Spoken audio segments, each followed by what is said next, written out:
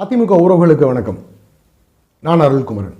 தற்பொழுது இருக்கிற சூழ்நிலையில் அதிமுகவுடைய சமூக ஊடகம் என்று சொல்லப்படுகிற இன்றைக்கி இருக்கிற நியூஸ் சேனல் ஆகட்டும் அல்லது சமூக ஊடகமாக பார்க்கப்படுகிற ஃபேஸ்புக், இன்ஸ்டாகிராம், ட்விட்டர் என்று சொல்லப்படுகிற எக்ஸ் அல்லது யூடியூப், இதனுடைய தேவை எந்த அளவு இருக்கிறது என்று அதிமுகவுடைய தலைமை இன்றைக்கும் உணராமல் இருப்பது சற்று வேதனைக்குரிய ஒரு விடயமாகவே பார்க்கப்படுகிறது. முதலில் தமிழ்நாட்டில் ஒரு கட்சி ஐடி விங் என்று சொல்லப்படுகிற சமூக ஊடகத்தை உள்ளடக்கிய ஒரு அமைப்பை உருவாக்குனது அதிமுக தான். ஏன்னா அதனுடைய தேவை அது எந்த அளவுக்கு இது வீரியமாக இருக்கும் அப்படிங்கிறத முன்கூட்டியே உணர்ந்து அதற்கான நடவடிக்கையை எடுத்தது புரட்சித் தலைவி அம்மா அவர்கள். ஆனால் இன்றைக்கு சமூக ஊடகத்தில் மிக மிக பின்தங்கி இருக்கிற ஒரு இயக்கமாக அதிமுக இருந்து கொண்டிருக்கிறது.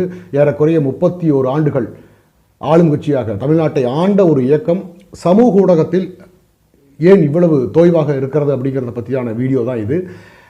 பெரும்பான்மையாக இன்றைக்கு இருக்கிற அதிமுக உறவுகள் எல்லாரும் என்ன சொல்கிறாங்கன்னா, நமக்கு ஒரு பத்திரிகை தேவை, ஒரு பத்திரிகை தேவை இருக்கிறது, அதே போல் சமூக ஊடகத்தில் நாம் ஜொலிக்க ஒரு சேனல் நமக்கு தேவை என்று அனைவரும் வாதிட்டு கொண்டு வந்திருக்கிற நிலையில் அதுவும் தேவைதான்.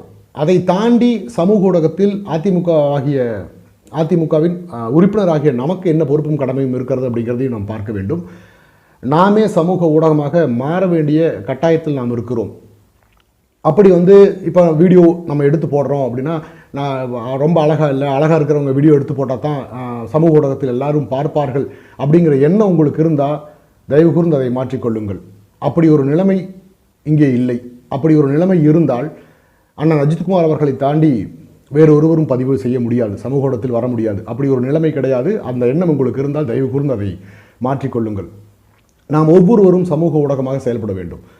உங்கள் சமூக ஊடகமாக நாம் செயல்படுவதற்கு மிகப்பெரிய அறை இருக்க வேண்டும், பிரத்யேகமாக அறை இருக்க வேண்டும், ஒளிவிளக்குகள் கூடிய லைட் செட்டிங் இருக்கணும், பிரத்யேகமாக விலை உயர்ந்த கேமராக்கள் இருக்கணும், லென்ஸ் இருக்கணும், நல்ல மைக் இருக்கணும். அப்படியெல்லாம் கிடையவே கிடையாதுங்க. இப்போ நான் இன்றைக்கி பதிவிட்டு கொண்டிருக்கிற இந்த வீடியோக்கள் எல்லாமே என்னுடைய கைபேசி செல்ஃபோனில் எடுத்தது தான்.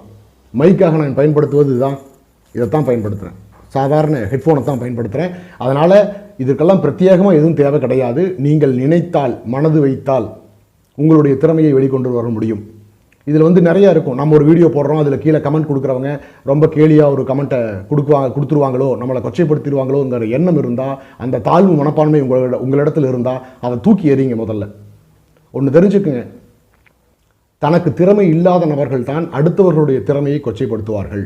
அதனால் அந்த மாதிரியான கமெண்ட் எல்லாம் கவலைப்படாதீங்க.